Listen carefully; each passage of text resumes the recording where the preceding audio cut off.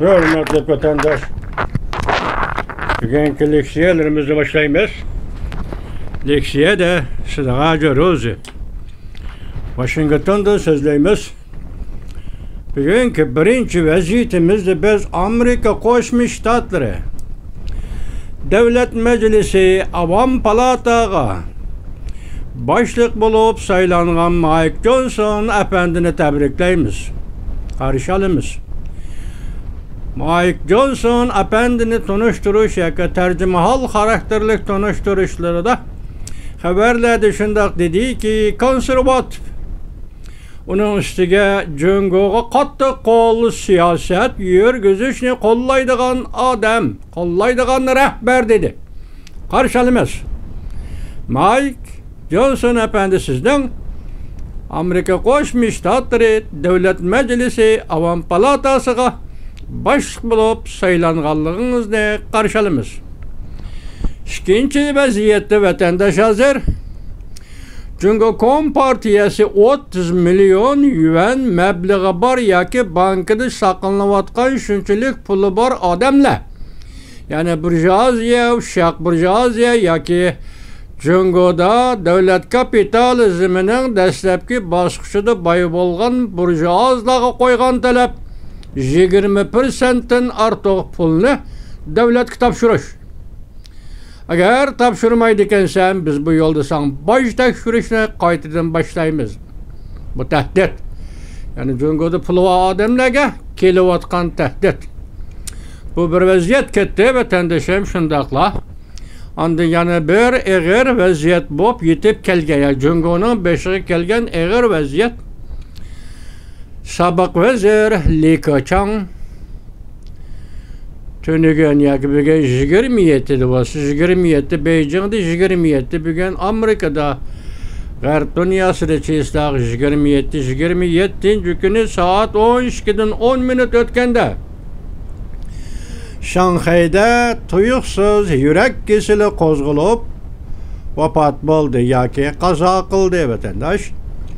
Bunu hazır haber kılıvatkan haber bergüçü kişilerinin sözüge qaraganda bu kişi esi 26 günü çüşten keyin saat 3'te kesel tutkan iken şundan keyin doktorxonaga ekilipdi. Şanghay atrafidagi doktorxonalarga davalash önüm bermey 27 günü çüşte günde saat 3'te 12'den neçe minut 10 minut ötkende haberde şuna değildi. 68 yaşında Şanghay'da vefat buldu. Bu doğru torbetler destepte hanvekip, kaymukop nemi deyişini bilmegендek. Keyin torbetlere hazır kaynap ketgendek bu nemi iş. Cungo'da devlet rehberleri adetli 81, 95, 92 yaşlarda kaza kılıdı. Bu tuyuksuz yürek kesili boptu o. Onun üstüge bu yıl 8. ayda Don Juan'ı közden keçirgende İgiz Munarıga kademlep çıkalıgan sabık vezir Li Keqiang nemişki 10. ayda tuyuksuzda yürek kesiliga giriptar oldu. Bu doğruda xil obzorçılar hem buna guman kılıvatıdı. Mesela Tang Jingyuan degen guman kılıvatıdı. Mesela Li deydi Amerikaga avazıga məxsusdu yazgıcı bir Xitay obzorçu o guman kılıvatıdı. Anda torbetleri guman kılıvatıdı. Mesela halkılık beytler guman kılıvatıdı. Mesela pul qaraydigan jilla guman kılıvatıdı. Bu ölümün təsadüpliğinden guman kılıvatıdı.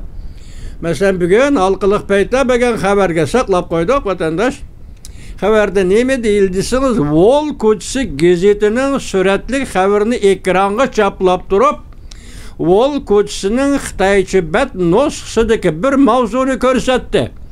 O mavzunun ahırı neme desiniz? Reis Xi Jinping başkalarını tazılap buldu emdilikte. Tığıqçını yaki nişanını konu dostluğa qarattı. Miyaocun Laopengyo.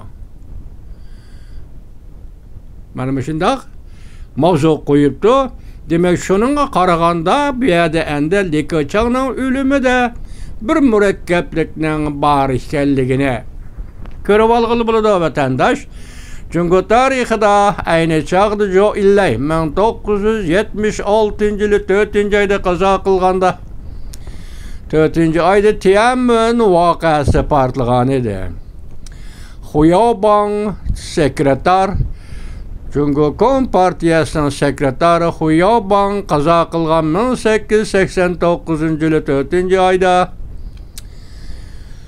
Jungo'da Tiananmen voqeasi portlagan edi. Hozir kishilar bularni tur shaklda shu vaqtdagi tarixiy voqealarga solishtirib, Li Keqiangning o'limi bir voqea paydo qilamdi degan yerga yetdi. Endi bu bir mexanikalik fikr qilishdan. O davrdagi Jungo furalari bilan bu davrdagi Jungo furalari bir-biriga tüptün o'xshamaydi. O davrdagi Jungo furalari islahatning dastlabki vaqtida endi boshlangan bu bo'lamdi, bo'lmamdi deb ikkilanib turgan bir paytlar bugungi Jungo furalari ko'rdingizmi? Boshda 30 million, 40 milliondan pulni, qog'oz pulni bankada saqlayotgan furalar bu. Vatandaş 30 milyon, 40 milyon pulni bankaga tashlab qo'yib, Xitoyning turmusida yetishsa xohlaydigan ikinci bir Xitoy yo'q. Bunda Xitoy o'tirib chiqmaydi, lekin vaziyat shu kaniki shundaq bo'ldi. Endi yuz berdi bu ish. Buning oqibatining nima bo'lishi, shu munozirchilarning o'ziga qo'yib bersangiz bo'ladi vatandash. Ay munozirchilar nima desa shuning gapi. O tarafdan onu anglaymiz, bu tarafdan bunu anglaymiz, lekin gap bu yerda bir sirliq gap. Vol ko'chisi gazetda qo'ygan mavzu. İkinci sirliq gap, Jungo'da davlat rahbarlari bundaq yurak kesili yoki börek kesili degan bilan aldirab denab 68 yoshda qazo qiladigan hodisa yo'q. Mana shu ikki paketdan bu nima deb murakkablik qatoriga qo'shilib murakkab fikr qilsangiz bo'ladi, hurmatli vatandosh. Bugungi vaziyatimiz mana shu yerda. Sizlarga so'zlaydigan